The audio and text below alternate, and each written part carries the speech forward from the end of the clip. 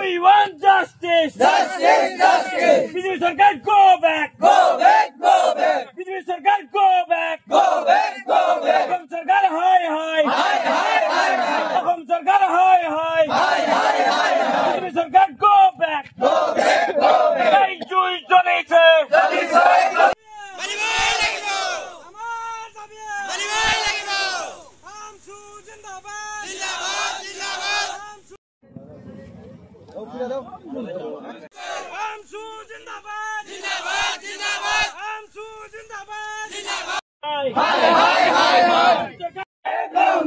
Sarkar, go back. Hi. BJP, go back. Sarkar, hi. Sarkar, murdabad. I'm so long live. BJP Sarkar, go back.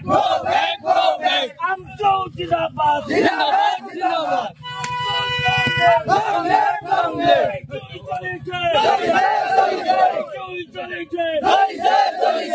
Sarkar, go back. Sarkar, go back. Sarkar, go back. Sarkar, hi. Sarkar, hi. So long live. Sarkar, go back. Hey, Jui Jolice. Hey, Jui Jolice. I'm so long live. BJP Sarkar, hi. BJP Sarkar, murdabad. BJP Sarkar, murdabad. BJP Sarkar, go back. Hey, Jui Jolice. BJP Sarkar, go back. I'm so long live. I'm so.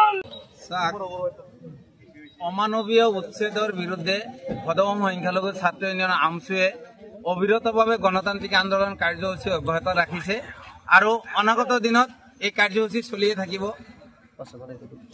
Himanta Biswa শৰ্মাৰ আৰু তেওঁৰ প্ৰশাসন যন্ত্ৰই বিশেষকৈ এটা জাতি জনগোষ্ঠীৰ ওপৰত টাৰ্গেট হিচাপে লৈ তেওঁৰ যিটো ৰাজনৈতিক মুনাফা আদায় কৰিবৰ কাৰণে এটা নিকৃষ্ট ৰাজনীতি কৰি আছে, সেই কাৰ্যসূচীক আমি গৰিহণা দিছো, ধিক্কাৰ জনাইছো আৰু আমি দাবী জনাইছো যে এনে কাৰ্যসূচী অতি শীঘ্ৰে বন্ধ কৰিব লাগে। তেখেত এজন মুখ্যমন্ত্ৰী হিচাপে যিখিনি সংবিধানৰ প্ৰতি তেওঁ যিখিনি দায়বদ্ধতা আছে, সেই দায়বদ্ধতা পাৰ হৈ গৈ তেওঁ বিশেষ এটা জাতি জনগোষ্ঠীক ৰক্ষণাবেক্ষণ দিয়া বা ৰাজনৈতিক মুনাফা আদায় কৰাৰ কাৰণে এটা জাতিক টাৰ্গেট হিচাপে লোৱা কামটো অতি ঘৃণনীয় আৰু অমানৱীয় যি উচ্ছেদ চলাইছে অতি শীঘ্ৰে এই কাৰ্যসূচী বন্ধ কৰিব লাগে। নহলে সদৌ সংখ্যালঘু ছাত্ৰ ইউনিয়নে গোটেই অসমব্যাপী ইয়াতকৈ আৰু ভয়াৱহ গণতান্ত্ৰিক আন্দোলন কাৰ্যসূচী আমি কৰিম। আমি আশা ৰাখিছো যে যদি তেখেতে এই কাৰ্যসূচী বন্ধ নকৰে তেতিয়াহ'লে অনাগত দিনত তেওঁৰ পৰিণাম বহুত ভয়াৱহ হ'ব। গতিকে আমি আজিৰ এই কাৰ্যসূচী যোগেদি আমি তেখেতক দাবী জনাইছো যে অতি শীঘ্ৰে এই মানুহখিনিক পুনৰ সংস্থাপন কৰক আৰু তেওঁলোকক ক্ষতি প্ৰদান কৰক। আমি উচ্ছেদ বিৰোধী নহয় সদৌ সংখ্যালঘু ছাত্ৰ ইউনিয়ন, আগৰ পৰাই আমি উচ্ছেদক সমৰ্থন কৰিছো, কিন্তু গণতান্ত্ৰিক হ'ব লাগিব, সাংবিধানিক নীতি নিয়মৰ ভিত্তিত উচ্ছেদ হ'ব লাগিব। তেখেতে যিখিনি কাম কৰি আছে গোটেই অমানৱীয়ভাৱে অসাংবিধানিকভাৱে কৰি আছে। গতিকে সংবিধানৰ দায়িত্ব থকা মুৰব্বী এজনে ৰজা যেতিয়া প্ৰজাক এনেকৈ অত্যাচাৰ কৰিব বিচাৰে তেনেকুৱা ৰজা আমাৰ প্ৰয়োজন নাই। গতিকে আমি গোটেই অসমৰ ৰাইজক আমি আহ্বান জনাইছো যে প্ৰতিটো জাতি জনগোষ্ঠীয়ে এই উচ্ছেদৰ বিৰুদ্ধে প্ৰতিবাদ কৰিব লাগে। মানৱীয় দৃষ্টিত তেওঁ মানৱ অধিকাৰ উলংঘ কৰি আজি এটা জাতিক ধ্বংস কৰাটো অতি একেবাৰে ঘৃণনীয় কাম হৈছে। গতিকে হিমন্ত বিশ্ব শৰ্মা ডাঙৰীয়া, আপুনি জানি ৰাখিব যে ক্ষমতাই আপোনাক যেনেকৈ মূৰত ধৰিছে, এটা সময়ত বিশ্ব জয় কৰা হিটলাৰেও এই কথাটো স্বীকাৰ কৰিছে। আপুনি এদিন এনেকুৱা ধৰণৰ পতন স্বীকাৰ কৰিব লাগিব, কাৰণ হিটলাৰে গোটেই পৃথিৱী জয় কৰিছিল। যে তেওঁৰ যিটো অহংকাৰ, তেওঁৰ যিটো মনৰ আত্ম অভিমান, সেই আত্ম অভিমানৰ কাৰণে হিটলাৰেও এটা সময়ত এটা দ্বীপত নাখাই মৃত্যুবৰণ কৰিবলগীয়া হৈছিল। গতিকে হিমন্ত বিশ্ব শৰ্মা ডাঙৰীয়া, আপোনাক আমি সকীয়াই দিছো, আপোনাৰো এদিন হিটলাৰৰ নিচিনা হ'ব।